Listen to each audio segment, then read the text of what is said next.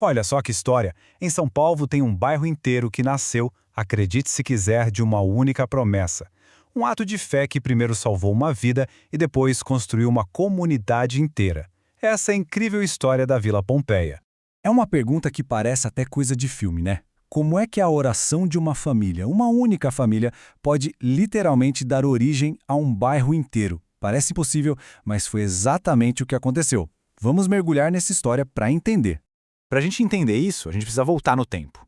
Vamos lá para 1920. Uma família paulistana, a família de Souza, está vivendo um pesadelo. A filha deles está com uma doença que os médicos da época simplesmente diziam que não tinha cura. E aí, em uma viagem para a Itália, os pais Cláudio e Luísa, em um ato de desespero, vão até o santuário de Nossa Senhora do Rosário, na cidade de Pompeia, e fazem uma oração, um apelo com toda a fé que eles tinham por um milagre.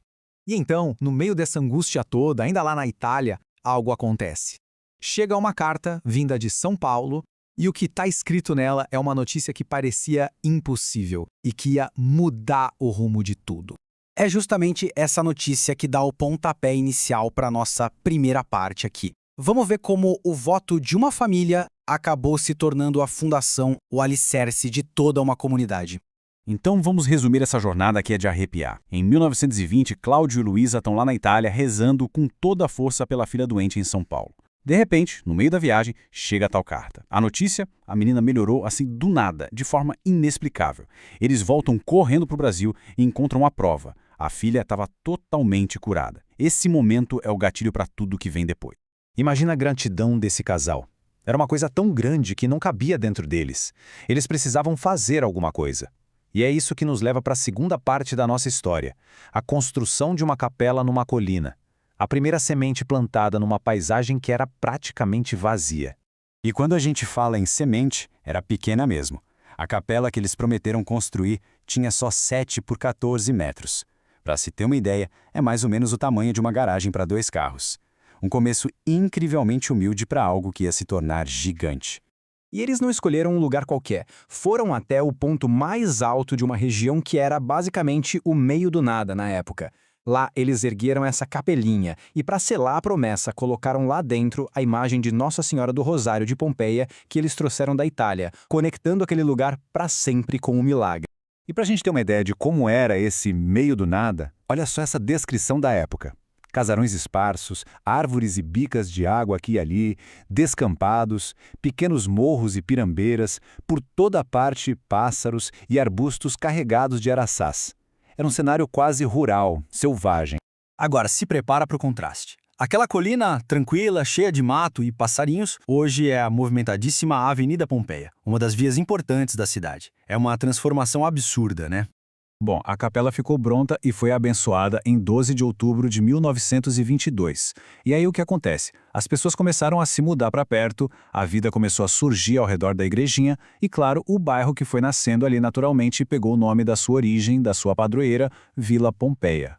Pois é, a história podia muito bem acabar aqui, né? Uma bela história de fé e gratidão. Mas não, um capítulo totalmente novo estava prestes a começar. E essa é a nossa terceira parte. A chegada dos missionários, que transformaram a devoção em ação social. E para a gente entender o que vem agora, a gente precisa saber rapidinho quem eram os camilianos. De forma bem simples, é uma ordem religiosa que nasceu lá na Itália há muito tempo, em 1582, com uma missão super clara: cuidar dos doentes. O foco deles sempre foi esse. E olha que coincidência do destino. Eles chegam no Brasil justamente em 1922. O mesmo ano em que a capela foi abençoada. O arcebispo de São Paulo, vendo aquela região tão carente, ofereceu a capelinha da Pompeia para eles começarem seu trabalho. E em 1923, o padre Inocente Radrizzani assumiu o comando. E o padre Inocente não chegou para brincadeira. Ele tinha um plano de comunidade muito bem definido. Primeiro, organizar a parte religiosa com missa todo domingo, terço, para unir o pessoal. Segundo, e muito importante, abrir uma escola, porque as crianças dali não tinham onde estudar. E terceiro, a missão dos caminianos em ação. Criar um consultório médico gratuito para atender todo mundo. Ele atacou em todas as frentes: fé, educação e saúde. O plano deu tão certo que logo apareceu um problema bom. A comunidade explodiu, cresceu tanto que a capelinha de 7 por 14 metros ficou pequena demais. E aí a gente entra na nossa quarta parte, a transformação de capela para igreja, um marco para uma comunidade em plena expansão. E essa evolução foi, olha, muito rápida. Pensa só, em 1922, a capela é abençoada. Um ano depois, em 23, os camelianos já estão lá. Em 1928, só 5 anos depois, já estão começando a construir uma igreja bem maior. E, finalmente, em 1939, a paróquia da Pompeia é inaugurada oficialmente. Foi um crescimento meteórico. E aqui tem um detalhe que amarra toda a história de um jeito lindo. A Igreja Nova foi projetada pelo arquiteto Giuseppe Sacchetti, e ele a desenhou para reproduzir as linhas do santuário original lá de Pompeia, na Itália, o lugar onde tudo começou. É como se a promessa voltasse para casa, sabe? Um ciclo se fechando de forma perfeita. Ok, a igreja tá de pé, o bairro tá formado, mas... E o legado? O que ficou disso tudo? É o que a gente vai ver agora na nossa parte final, para entender como aquela sementinha virou uma árvore gigante e forte em São Paulo.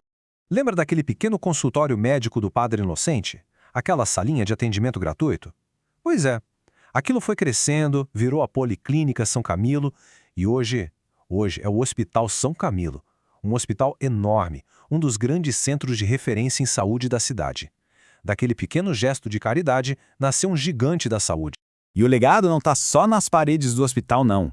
A paróquia hoje é um verdadeiro motor de atividades comunitárias. São mais de 60 movimentos ativos. É gente trabalhando com caridade, com evangelização, com ação social. É uma comunidade que não para. E essa energia toda se manifesta de várias formas.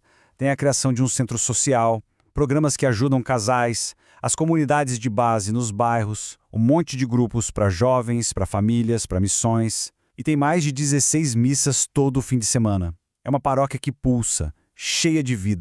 E assim, a história que começou com uma oração desesperada de um casal pela filha se transformou na história de um bairro vibrante. O que nos faz pensar, né? Quais pequenos atos que a gente faz hoje, talvez tão pequenos quanto uma capelinha de 7 por 14 metros, podem acabar virando os grandes marcos do amanhã.